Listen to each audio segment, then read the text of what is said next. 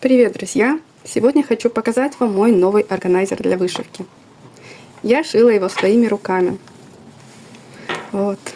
Это был очень интересный, вдохновляющий и затягивающий такой процесс. И в этом видео я вам покажу и расскажу, как шила его. Может быть, и вы вдохновитесь шить такой же. Он у меня будет в роли дорожного органайзера. На лето. С такой интересной расцветкой. С интересным таким принтом. Будет очень-очень классным, идеальным органайзером. Вообще этот органайзер, по-моему, такой очень даже универсальный. Его можно использовать и как для вышивки, можно, допустим, для скетчбука с карандашами, для документов каких-то, вообще для чего угодно, потому что здесь нет каких-то специфических карманов, как в вышивке, там для бобинок, для ножничек. Просто такие вот два больших глубоких кармана на всю длину, один небольшой карман. Вот такой вот он закрывается. Он мягкий, но он держит свою форму. Довольно-таки объемный. Вы видели, я даже могу сюда какую-то книгу поместить. Допустим, идешь куда-то на природу почитать, взять вышивку, какой-нибудь скетчбук в одну сторону и вперед в лето. Так что, если вам интересна эта тема, добро пожаловать. Я впереди покажу вам, как я его создавала, как шила своими руками. Я самоучка, никаких умных терминов там не будет, простите. Вот как есть, как шила, так и показывала вам. Так что, думаю, чтобы добавить себе каких-то идей, чтобы набраться опыта, либо даже, может быть, полностью повторить такой органайзер, это видео прекрасно подойдет. И я желаю вам приятного просмотра. Здравствуйте, дорогие зрители и гости канала. Вот и пришло время обновить мой дорожный органайзер для вышивки. С собой я в основном беру небольшие процессы, как Mill Hill, небольшой Dimensions и другие маленькие процессы. В этот раз это будет органайзер, папка. И когда я начинаю изготавливать что-то подобное, я рисую себе эскиз на миллиметровке, чтобы я могла конкретно знать, сколько сантиметров ткани мне необходимо, и конкретно знать, что я хочу видеть в итоге. И вот такой вот эскиз у меня получился. Это уже будет папка в открытом виде. Хочу сказать, что это не мастер-класс. Я буду шить и показывать какие-то этапы вам. И хочу вам показать основные материалы, которые я буду использовать. Но так как сейчас я уже нахожусь на пороге лета, когда вы увидите это видео, это уже будет лето, с чем я вас и поздравляю, я решила использовать для своего изделия ткани из такой вот красивой, как раз таки летней коллекции. А уже внутреннюю часть карманов я буду использовать турецкий ранфорс. И уже из фурнитуры здесь у меня будут вот такие вот молнии. Других у меня не нашлось подходящего цвета, но это такой нейтральный цвет, и меня он устраивает. Еще я буду использовать... Хочу, чтобы все-таки изделие было и таким немного пышным, но и в то же время держало форму, потому что я таскаю этот органайзер, эту вышивку с собой в рюкзаке. Он у меня может быть мега переполнен, заполнен. Поэтому хочу, чтобы он держал и форму, чтобы не деформировалась основа, допустим, от Mill Hill, но и в то же время, чтобы было приятно держать в руках. И для этого я использую такой вот флис. А хочу еще использовать впервые дублерин. Не могу ничего сказать об этой или о какой-либо другой основе. Все делаю по интуиции. Конечно же, буду показывать вам все этапы. Еще буду использовать флизелин клеевой, а также, возможно, мне понадобится где-то паутинка. Итак, приступим. И для начала я подготавливаю ткань. Прохожусь утюгом на высокой температуре с паром. Эта ткань у меня довольно-таки хорошего качества, и я ее не стираю предварительно. Просто прохожусь утюгом с паром на высокой температуре. Итак, ткань подготовлена, и я уже приступаю к раскрою. Буду шить вот этот вот основной большой карман в первую очередь на молнию. Он будет не такой уж и сложный. И здесь мне понадобится для лицевой части кармана, я буду брать таким образом. У меня 1 сантиметр уходит сюда под кант, под бейку так называемую, и 1 сантиметр сюда в середину. Здесь у меня будут такие дополнительные 2 сантиметра, чтобы сохранить объем. Как раз 1 сантиметр уйдет туда, 1 сюда, и получается 19 на... Так, здесь молния 21, плюс 1 сантиметр 22, но я всегда беру с запасом, потому что мне потом легче где-то что-то отрезать, чем не будет хватать. Поэтому всегда беру на 1 сантиметр больше. Итак, у меня будет лицо 20 на 23 и изнанка 20 на 23. Ну и также изнанка, вот также внутренняя сторона, вторая сторона кармана 20 на 24. Но задняя часть я не буду брать, потому что у меня сама обложка этого изделия уже будет идти одним основным отрезом. Конечно же, мне необходимо, чтобы все мои отрезы получились ровными и красивыми. Для этого я буду использовать свой мат, такой вот сантиметровый, также линейку специально предназначенную для этого и нож для ткани. Но если вы еще новичок и у вас нет всех этих инструментов, не отчаивайтесь, но все-таки вам необходимо ровно отрезать ткань. Не как-либо там по диагонали, а ровно по переплетениям старайтесь. И для этого вот на первых порах у меня была такая вот линейка, допустим, треугольная. Можете ножницы использовать. Расчертить на ткани ручкой можно, терморучкой линии. Все четко отмерить, когда у вас будет ровно отмерено на ткани, тогда уже можете отрезать ножницами. Я же буду делать это уже вот такими вот специальными принадлежностями. Детали будущего кармана готовы. И вот лицевая сторона. 2 части для кармана. Одна меньше на сантиметр. Чтобы вы понимали, вот это будет внутренняя сторона кармана. Это также будет карман, который будет смотреть на первую часть, а вот это уже будет лицевая часть кармана. Здесь у нас будет молния. И в ходе уже раскроя я решила кое-что добавить. У меня так постоянно бывает, поэтому не удивляйтесь. Так как это будет у меня предусмотрен карман для мелхила, я хочу еще сильнее уплотнить его и хочу продублировать, так сказать, основную ткань. И я возьму флизелин клеевой из изнанки, при помощи утюга приклею этот флизелин.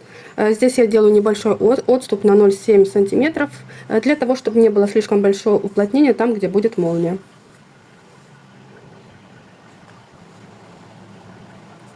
После этого этапа вы можете заметить, что вышли такие излишки флизелина, и, конечно же, я их уберу с помощью ножниц, либо раскроенного ножа. Пришло время сбора кармана.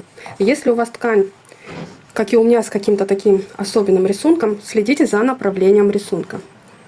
Итак, вот так будет у меня выглядеть карман. Смотрите. Лицо, изнанка, молния. Теперь нам надо пришить молнию к ткани. И что мы сделаем для этого? Мы берем молнию. У меня очень удобно, потому что она длиннее и слишком не надо будет заморачиваться. Но все-таки находим середину, отмечаем ручкой, либо делаем надрез. Таким образом. Я еще люблю вот так вот прикладывать к своему коврику, чтобы быть уверенной, что все у меня ровно. Итак, я для надежности нахожу середину на обеих отрезках ткани. Вот таким образом складываю и отмечаю.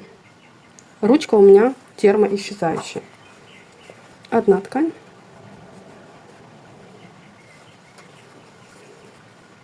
И вторая.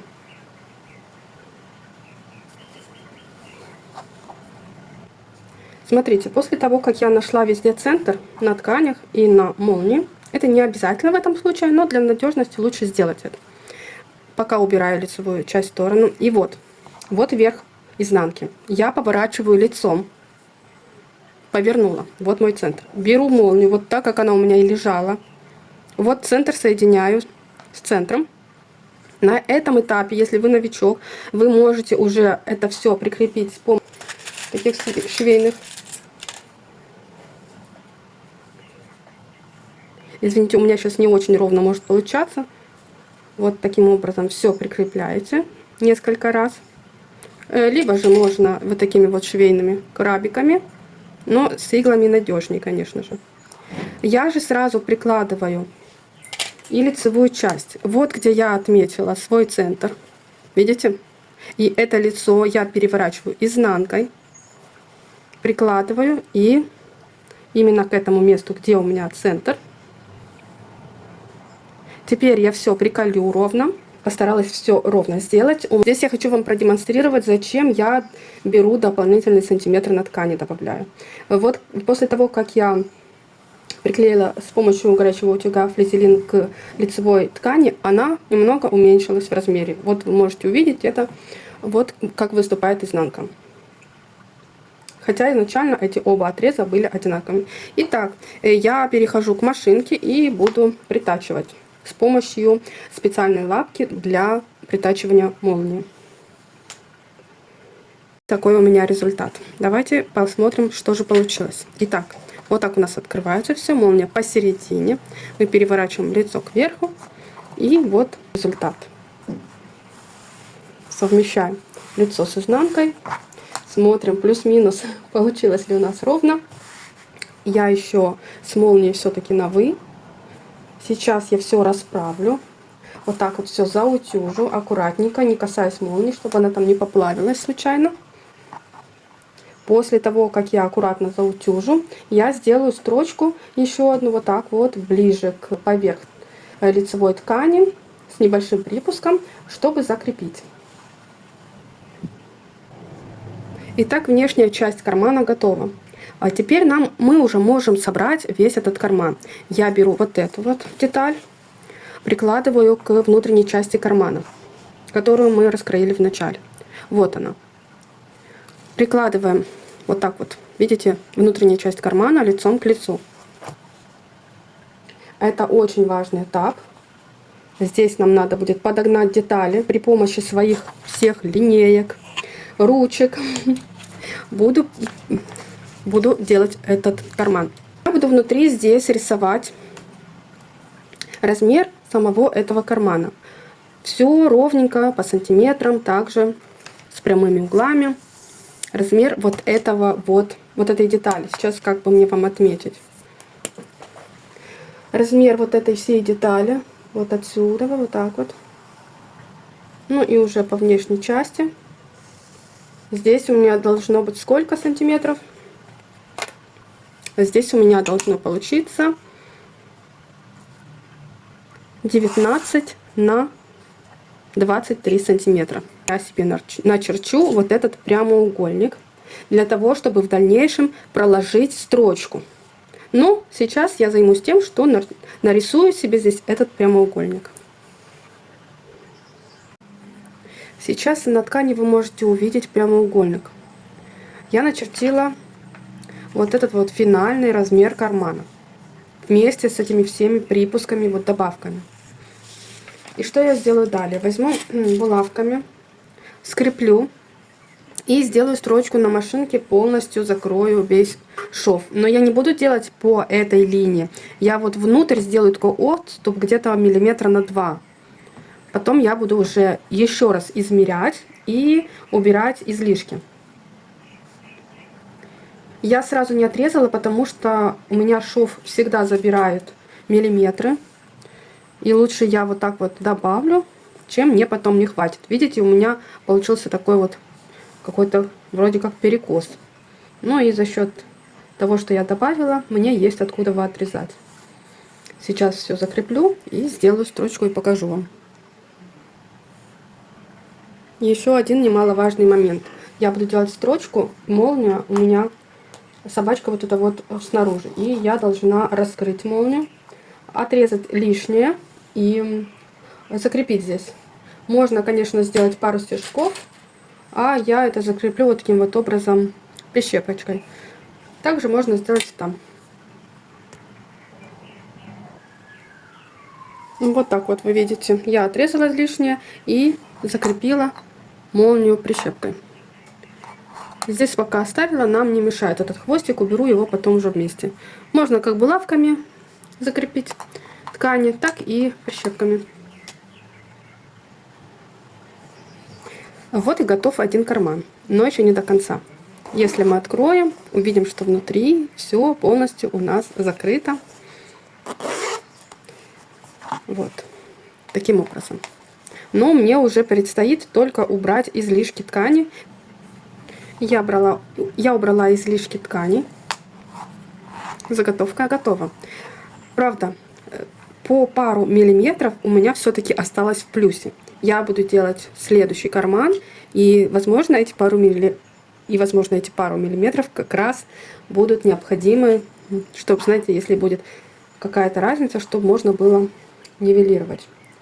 Вот, я люблю вот так сопоставлять, здесь на коврик себе ставить и проверять, насколько все у меня четко. Ну, можно сказать, что все отлично. Итак, что я делаю далее? Вот мы еще раз посмотрим на эскиз. Конечно, здесь можно остановиться, подумать и сделать, возможно, еще точно такой же карман здесь рядом, и этого будет достаточно. Сейчас я, конечно, буду экспериментировать, делать то, что я еще никогда не делала, а именно делать вот точно такой же карман здесь, да, но также будет вставка еще одного маленького кармана для всяких мелочей.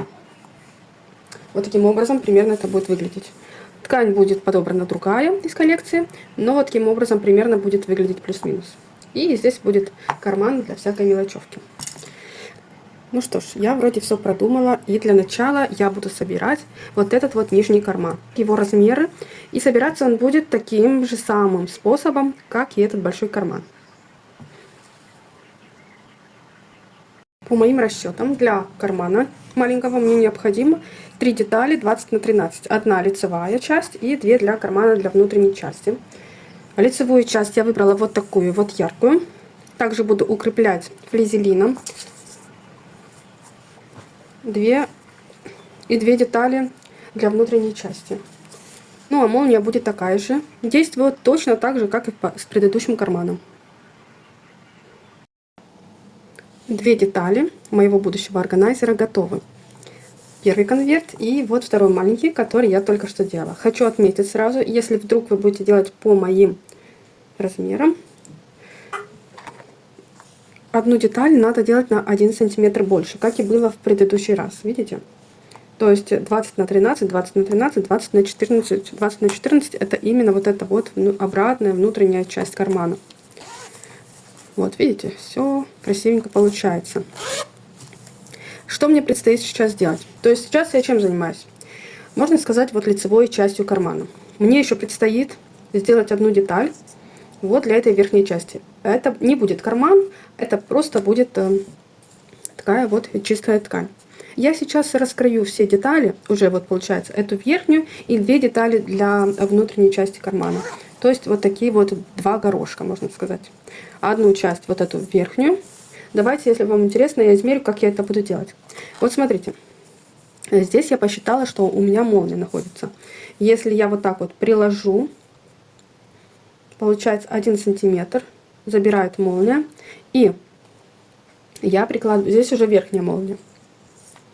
Я прикладываю линейку и вижу, что до молнии у меня 9 сантиметров. Я беру 1 сантиметр здесь на подгиб и 1 сантиметр наверх на подгиб. У меня получается 11. Но я возьму еще больше, потому что не знаю, где у меня как, что пойдет. Сверху будет еще одна молния. И я буду пришить сперва к этой молнии, и потом уже ровно по сантиметрам, по миллиметрам просчитать, отрезать сколько надо и пришить верхнюю молнию.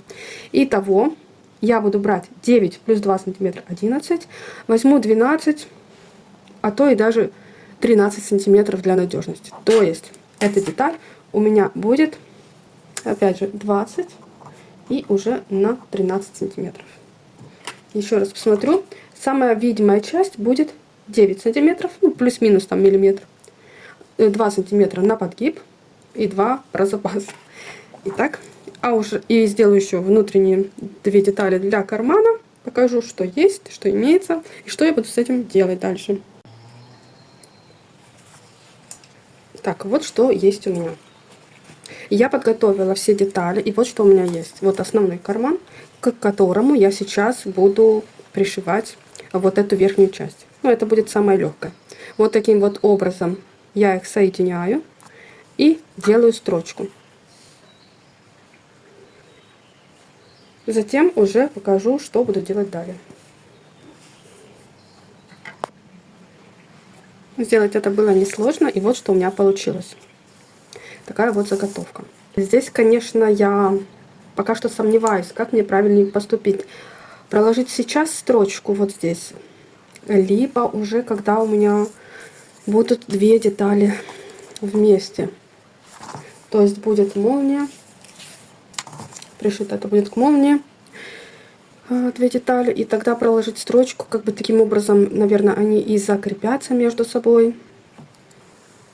Да, я сделаю все-таки так. Сначала теперь я буду заниматься уже верхней молнией. То есть, опять же, как и было в самом первом кармане. Пришиваем. То есть, вот это получается наше лицо. Вот эта деталь, это лицо.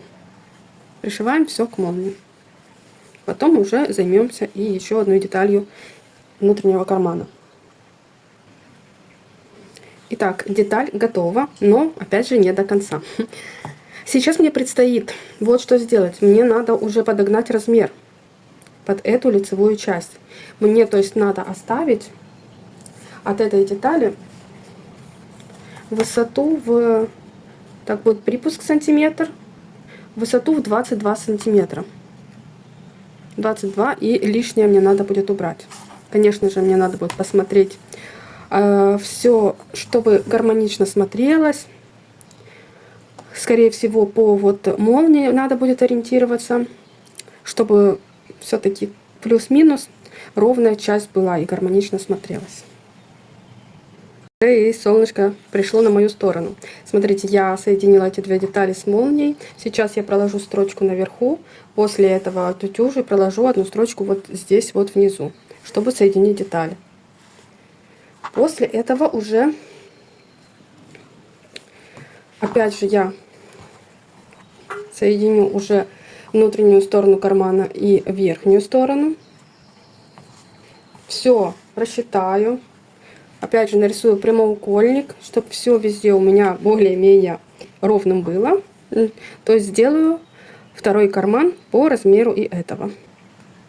Вот и пришло время показать и второй карман. Я очень довольна тем, что получается. Сделала размеры одинаковые. Все мне очень сильно нравится. Так, подходит. Отлично. Я буду делать еще между ними вот такую вот разделительную часть, чтобы была для объема. Но прежде чем перейду к этому, покажу, что же у меня здесь получилось внутри. Это такой вот один большой вот карман, длинный до конца, на всю длину. Один на пол длины, вот так вот только вниз, для разных мелочей. Здесь все очень просто. У меня разделение 2 сантиметра, и я беру эту часть, получается 23 сантиметра высота, и ширина будет 4 сантиметра для припуска. И также я 2 сантиметра посередине укреплю флизелином. И далее приду к вам, покажу, как, что буду делать далее. Разделительная часть готова. Я уплотнила ее флизелином. И как я теперь буду действовать, как буду соединять. Все очень-очень просто. Смотрите. Так, я молнию открою немного. Я прикладываю к этой основной части лицом к лицу разделительную часть и карман. Я взяла немного эту часть подлиннее по высоте. Это потом несложно все отрезать. Лучше будет длиннее, чем не хватит. И вот таким вот образом я пришью, потом заверну, сделаю строчку. Потом то же самое также поступлю со второй частью. То есть уже вот эти вот оба детали вот так приложу, пришью, заверну. И вот таким образом получится у меня соединить 2 детали изделия. Пока вспомнила, хочу вам отметить. Обязательно во время того, как вы делаете изделие, обязательно все швы разутюживаете, заутюживаете. Сделали строчку, проутюжили, чтобы расслабить шов. Загнули, заутюжили, чтобы все ровненько смотрелось. Видите, вот таким образом это выглядит. Я сейчас возьму булавочки, пару штучек, закреплю таким образом и сделаю строчку по верху. Всегда закрепляю, чтобы никакой миллиметрик никуда не ушел. Тогда все будет ровненько и красивенько. Еще, что я хотела здесь сказать, я пришивала эту деталь с припуском 0,7 сантиметра. Не 1 сантиметр, а 0,7 на ширину моей лапки. Итак, иду еще прокладывать одну строчку. Вот и готова внутренняя часть изделия. Я еще не подогнала ничего. Вот видите, все-таки некоторые выступают детали. Поэтому надо будет еще раз все измерить и где лишнее отрезать. Далее мне, кстати, вот так вот это выглядит с обратной стороны. Ну и далее мне предстоит подготовить лицевую часть изделия, а также хлястик и бейку.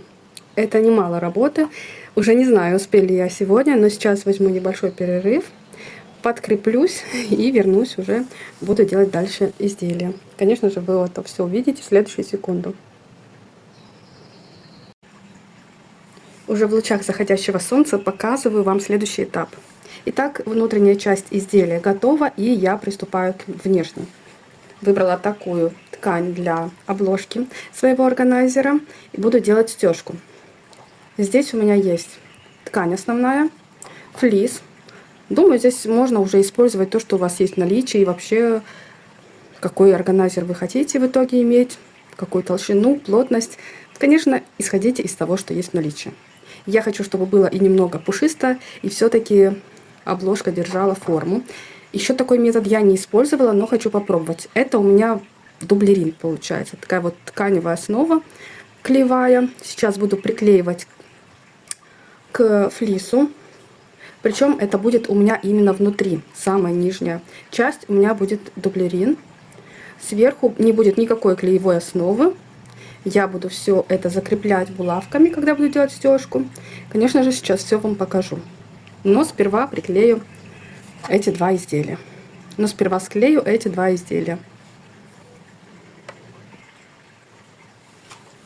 Две основы уплотнителя очень хорошо подружились между собой. Не было никаких проблем. Утюгом без пара на средней температуре я их вместе склеила. Можно было, наверное, и повыше температуру делать, я не стала. Теперь что мне предстоит? Я возьму, стежка у меня будет прямая. Мне очень удобно размечать, у меня нет специальной лапки для стежки, чтобы был какой-то указатель, там линейка. Я вот так вот располагаю свое изделие. Вот так вот я располагаю деталь на мате разлинованном и буду с помощью терморучки и линейки чертить линии. Видите, у меня здесь есть на мате градусы. Под 45 градусов я буду, ищу линейку, буду сейчас чертить.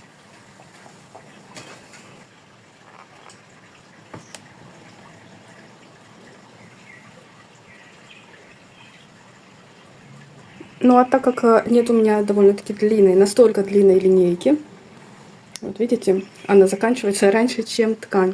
Я буду использовать здесь на линейке также есть градусы. Я ставлю вот эти вот 45 градусов, вот она отметка 45 градусов, таким образом. И буду чертить линию.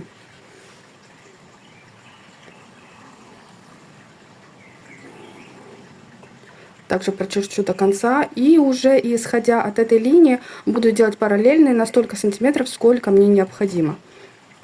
Ну, допустим, вот у меня прозрачная линейка. Я возьму, так думаю, что буду делать на 4 сантиметра. Ставлю линейку вот так вот на линию прочерченную. Вот здесь, видите, она видна. 45 градусов. Вот эта линия, которую я провела уже. На нее ставлю линию с отметкой 4 сантиметра. Черчу параллельную линию. Таким образом. И так по всему изделию. Потом я уже пойду в обратную сторону, чтобы в итоге получились ромбики. Линии для будущей стежки я начертила. И уже в скором времени буду приступать к самой стежке. Но сначала мне надо соединить, как бы закрепить ткань с уплотнителем. Так как у меня нет никакой клеевой основы, я буду использовать булавки. Есть специальные булавки, немного с закругленной одной стороной. Булавки для пэтчворк. Эти у меня немного большого размера. Я же буду использовать вот такие вот обычные небольшие булавки. Их надо часто закрепить. Таким вот образом. Сейчас покажу на примере одной. Допустим, вот здесь вот беру и скрепляю ткань с уплотнителем. И таким образом я буду вот так вот примерно на одинаковом расстоянии, вот таким вот образом закреплять булавки по всему изделию. Когда сделаю стежку по одному направлению, булавки сниму, буду делать стежку уже по другой стороне, по другому направлению.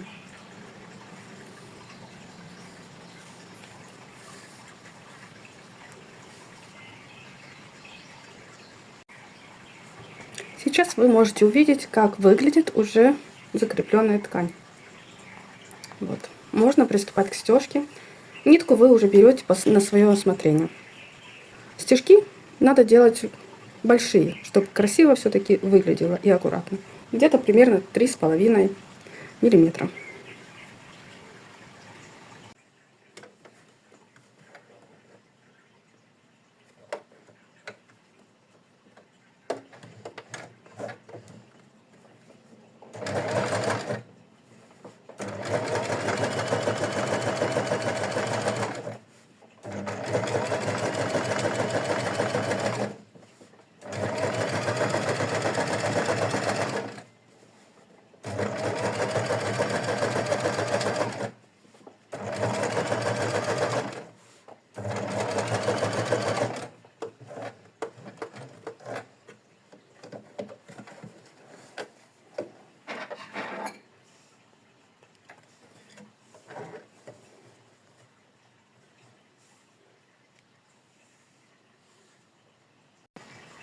Пару секундочек, если вдруг вы совсем новичок.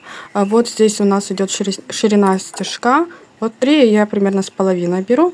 А здесь у меня идет натяжение нити. 3 это не очень большое натяжение. 2 еще меньше натяжения. То есть когда у нас отметка на нуле, тогда мы делаем свободно ходовую стежку. Я такую пока еще не делаю только прямую. Вот для прямой стежки подойдет где-то примерно 3, чтобы не было сильного натяжения нити. А уже когда обычные строчки делаю, то я беру где-то вот так вот 5. Стежка, в принципе, уже готова. Но сейчас еще надо сделать еще одно немаловажное действие. Это проутюжить. Во-первых, для того, чтобы швы эти, строчки расслабить. А еще для того, чтобы убрать следы от стержня, термостержня. Кстати, хочу сказать, что этот стержень может проявиться на холоде. Если вы вдруг захотите в морозилку поместить свою работу, ну или если вы где-то будете на улицу и будет сильный мороз. Этот стержень, термостержень может проявиться обратно, но с помощью утюга аккуратненько вы можете вновь убрать эти следы. Итак, стежка готова, я приступаю к следующему этапу. Мне необходимо будет перевернуть эту деталь и сопоставить внутреннюю часть и внешнюю. Все измерить, ровно разложить, посмотреть, чтобы строчки красиво смотрелись, чтобы рисунок смотрелся хорошо. Естественно, если у вас есть какое-то направление рисунка, чтобы оно соответствовало, не было вверх ногами как-то случайно. После этого я все размечу и отрежу лишнее. Еще будет некоторое дополнение, прежде чем я соединю эти 2 детали на машинке по периметру строчкой. Я хочу пришить все-таки вот такую вот нашивочку, что это handmade изделие. Закрываться у меня будет это изделие с помощью хлястика. И на хлястике я буду решила использовать такую вот пришивную магнитную кнопку. И пришивать я ее буду, скорее всего, на готовое изделие. Решила я выбрать золотую такую кнопку, потому что у меня будет вот такой вот шармик. Он тоже под золото, на молнию какую-нибудь. для украшения.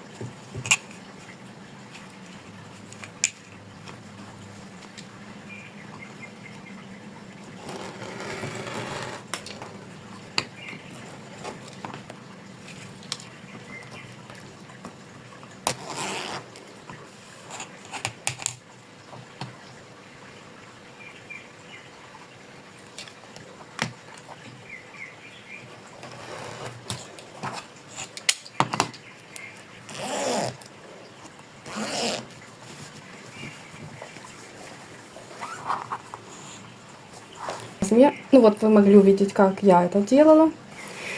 Теперь что мне еще предстоит? Как я и говорила, сделать эту нашивку. Сделать одну строчку посередине. Обязательно, это обязательно. Отметить середину. И таким образом скрепить дополнительно еще 2 детали. Ну и потом уже по периметру также все пришить.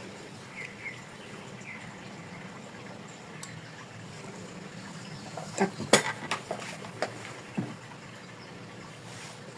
Сейчас я занимаюсь тем, вот я пришила нашивку.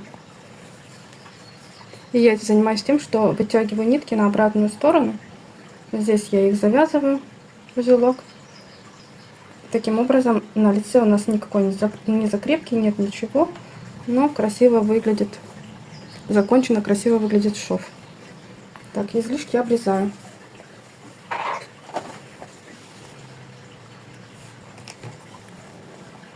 Вот так вот, если чуть потянуть, то вытягивается и другая нитка, которая на лице осталась. Между ними завязываем прямой узел, либо как хотите другим образом, может иглой как-то проделать какой-то стежок еще здесь. Ну, я вот так вот. Думаю, этого будет достаточно. Так, вот так вот чуть тяну. И здесь появляется та нитка, которая осталась на лице.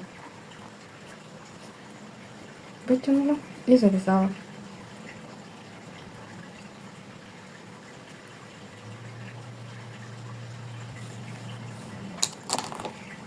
Отрезала излишки. Это останется уже на изнанке, внутри никто ничего не увидит. Зато здесь у нас красивая такая нашивка с закрытыми швами без закрепок. Впереди у меня такой немаловажный этап. Мне надо сделать посередине строчку. Сейчас я найду середину ровно, терморучкой начерчу, прочерчу линию, потом все закреплю по периметру прищепками и еще в некоторых местах булавкой, вот здесь вот ближе к середине, чтобы ничего никуда не съехало и красивый шов был как внутри изделия, так и снаружи. Еще один важный этап позади. Сделала строчку посередине, по периметру, везде все соединила. Уже плюс-минус можно видеть, как будет выглядеть готовое изделие. Но мне предстоит еще сделать кант, либо бейку, кто как называет, а также хлястик. И для начала я буду делать хлястик, потому что сперва его надо будет пришить, а потом уже поверх буду пришивать и кант.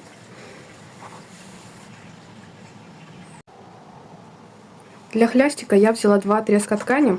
Размер у него 5 на 11. Я его закруглила с одной стороны. Хочу, чтобы хлястик был такой немного закругленный. Для этого я использовала подручные средства. Вот так вот приложила, нарисовала линию и отрезала. Также внутри у меня будет 2 слоя паутинки для того, чтобы склеить материалы. А внутри уже уплотнитель. Такой, какой у меня был и внутри в моем изделии. Сейчас я все выровняю и при помощи утюга все это соединю.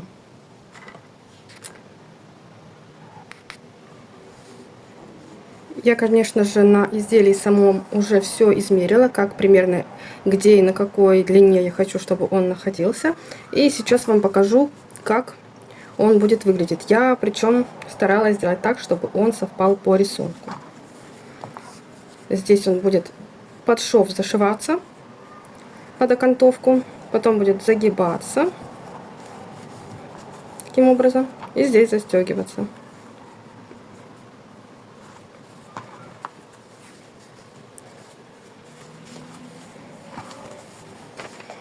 Хлястик сейчас выглядит вот так. Я на машинке проложу одну строчку очень близко к краю, чтобы все-таки еще лучше закрепить. Потом уже буду делать окантовку, бейку. И в данный момент я уже готова пришивать кант. Буду пришивать косую бейку.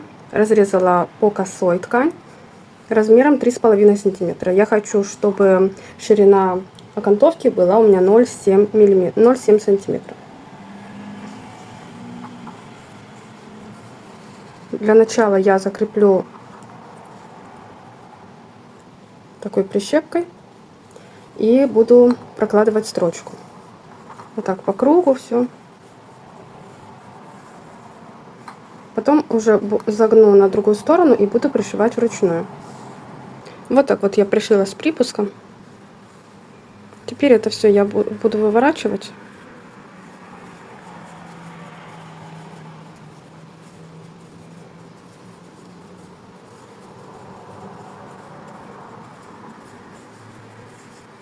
Здесь уже буду делать, опять-таки загибать по 0,7.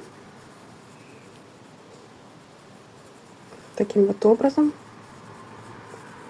Конечно же, на видео так аккуратно ничего не сделаешь, но я сяду, все загну и при помощи прищепок вот так вот все вот так по периметру закреплю. И уже буду с помощью нитки и иголки вручную пришивать.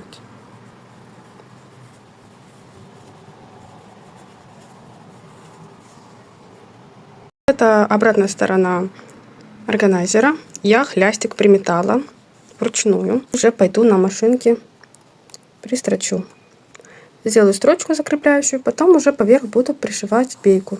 Уже кант, то есть бейку я буду кроить по прямой, так как у меня здесь все прямые углы. Друзья мои, смотрите, я нахожусь на финишной прямой.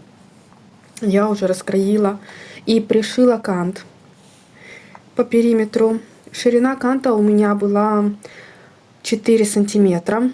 Здесь прямые углы. Все очень легко делается. Я не стала это снимать на видео и показывать. Если вы совсем не умеете это делать, я оставлю ссылку на видео, где вы сможете посмотреть и научиться это делать. То есть лучше я не покажу.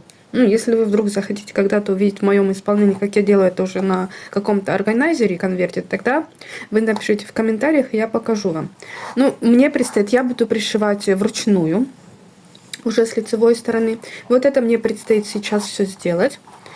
А потом уже в итоге буду пришивать к хлястику вот и к изделию какую-то кнопку. Изначально я вам говорила, хотела пришивать такую вот золотую. Но когда уже посмотрела на изделие, поняла, что не клеится мне здесь золото никак. Потом был у меня вариант вот такой вот кнопки пришивные тоже. То есть та была магнитная, а это такая просто кнопка, которая закрывается таким образом. Она пришивная, но она, видите, прозрачная, плюс под серебро. А я хочу, чтобы у меня все-таки здесь присутствовал и какой-нибудь такой цветочек, как украшательство на молнию. И потом я посмотрела, что у меня есть еще вот такие вот кнопки пришивные. Они, конечно, небольшого размера, но так и самый большой здесь 11 миллиметров. Пришивная тоже кнопка, и я поняла, что это именно то, что надо. Она, конечно, небольшая. Смотрите, видите, черный, и здесь она будет вообще незаметна мне. Незаметно будет смотреться. Она, конечно, небольшая, но почему бы не попробовать? Я пришью, посмотрю, как будет мне в работе эта кнопка. Я всегда смогу переделать, пришить что-то другое. Плюс, так как она здесь незаметна, то я внутри уже смогу использовать какой-нибудь маячок себе такой на здесь на молнию, где-нибудь на какую-то из них. Уж очень сильно мне хочется это сделать. Конечно, можно и с черным применить, я смотрю, и с розовым. Да вообще любой из них могу здесь применить, хоть все сразу. Но думаю, это будет перебор. Итак, я приступаю к пришиванию уже окантовки. Ну что ж, друзья, вот из такого вот рисунка, наброска, можно сказать, из такой вот идеи родился у меня такой органайзер. Та-дам! Он именно такой, как я и хотела. Такой летний, милый. Думаю, очень даже функциональный органайзер. Так, давайте сразу посмотрим по размерам. Так, я сейчас обратила внимание, что я заявила неправильный размер в открытом виде. 23 на 28 у меня написано, хотя на самом деле в открытом виде больше будет. Так, этот у меня в закрытом виде 20 на 23,5. Та-дам, открываем. Вот как красиво смотрится черная кнопка. Открываю. Вот такой вот красавчик получился. Вот. И в открытом виде у него размер, так, 39 на 23. Ну, 23 и пару миллиметриков. Это ручная работа, и плюс-минус где-то может быть разница. Так, а по самим карманам, вот именно функциональная такая часть, потому что все-таки окантовка забирает немного сантиметров. Так, получается 21,5 на 17. Это внутренняя, это большой карман. А маленький карман 17 на 10. Даже 11 вот с молнией.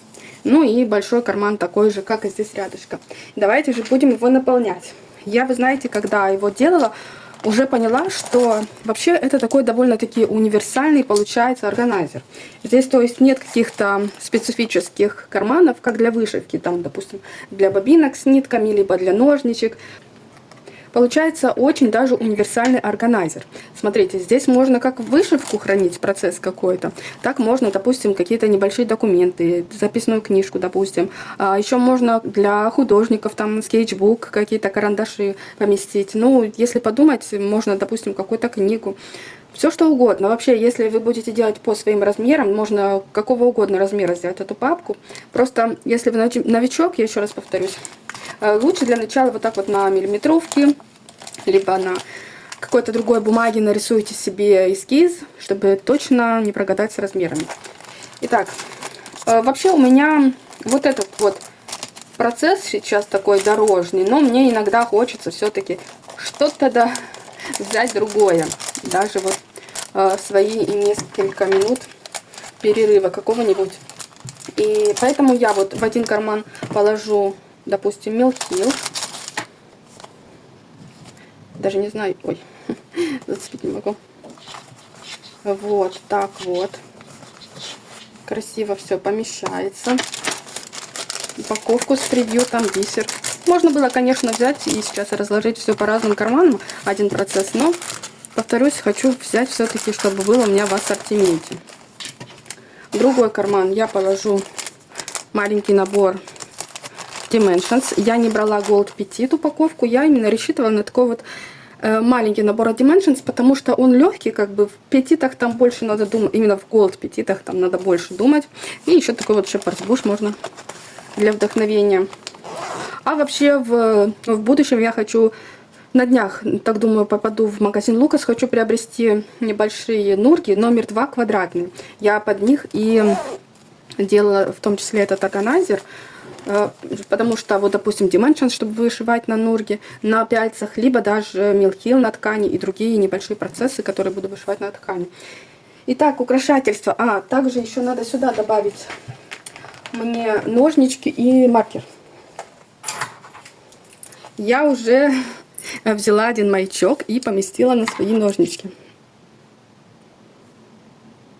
Вот такой вот цветочек. Раньше у меня здесь креветка была, теперь будет цветочек. Я помещу сюда. Также маркер и распарыватель. Еще можно нити вдевать или другие инструменты, которые необходимы. Мне этого достаточно. Еще какой-то надо определиться с каким-то маячком. Куда-то мне хочется его все-таки повесить. Я так думаю, что можно даже два. Допустим, вот этот... Они вообще все сюда подходят идеально, потому что здесь есть и белые овечки, розовые здесь. Мне вообще-то думала, что это поросята какие-то здесь. Но, по-моему, это просто цветочки. Черный вот под крышей домов, даже под кнопку мою тоже черный идеально подходит. Вообще все три можно повесить. Но мне, наверное, будет этого много. И я так для настроения, наверное, какой-то один выберу. Вот так вот. Вот этот. Куда его мне? Ну, сюда, например. Вот такой маячок. Повешу. Вот. Прекрасно. И давайте покажу, как закрывается. Так, не попало. Вот, смотрите, видите? Здесь объем прекрасный. Можно еще даже сюда какую-то там записную книжку с собой взять. Либо просто книгу небольшую, видите? Чтобы, допустим, не пачкать книгу, можно вот так вот тоже ее туда положить. Если идешь куда-то на природу или еще куда может. Вот. Так что, дорогие друзья, вдохновляйтесь, не бойтесь. Думаю, если у вас уже есть какой-то опыт в шитье, вы просто искали идеи, то вы найдете для себя что-то интересное в этом видео. Ну а если вы новичок, дерзайте, не бойтесь, шейте. Сразу говорю, что у вас может получиться все прекрасно с первого раза, а может что-то пойдет не так, не отчаивайтесь. Даже, даже я, у меня вообще почти нет опыта, но если я какое-то продолжительное время не шью, то с первого раза, когда возвращаюсь, у меня не все получается. То есть здесь нужен опыт, нужна практика. И по чуть-чуть, не торопитесь. Ни с одного часа, ни с одного дня у вас это получится. У меня это заняло... нет, не полных, конечно, но 4 дня. Но один день я вот прям полностью посвятила этому органайзеру день. Конечно же, больше времени у меня ушло, потому что я еще и снимала видео. Как для вас, так и для себя. Потом я пересматриваю. Вот, повторюсь, я вроде бы на вдохновение вот так что-то делаю, а потом я думаю, стоп, а как я вообще это сделала? Сижу, пересматриваю вот свои видео. Ну что ж, вот такая вот милая вещичка получилась у меня. Будет меня вдохновлять этим летом. Я очень рада, мне очень-очень нравится. Я говорю вам спасибо огромное за просмотр этого видео. И вам желаю успехов, конечно же, вдохновения, удовольствия от того, что вы делаете. У вас обязательно все получится. И до новых встреч. Пока-пока.